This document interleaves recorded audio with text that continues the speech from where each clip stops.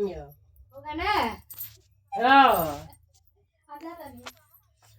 नमस्ते दीदी भैया। देखिए अर्चना भोजपुरी लोकगीत स्टार के चैनल पर जा रहा बहुत प्यारा चुटकुला नाच गीत, चुटकुला झूमर नाच गीत है। आप लोग देखिए और लाइक शेयर सब्सक्राइब करिए, फुल आवाज के साथ साथ सपोर्ट करिए और आगे बढ़ाइए। बहुत प्यारा गीत है। खेतवा में पाक गइल धाना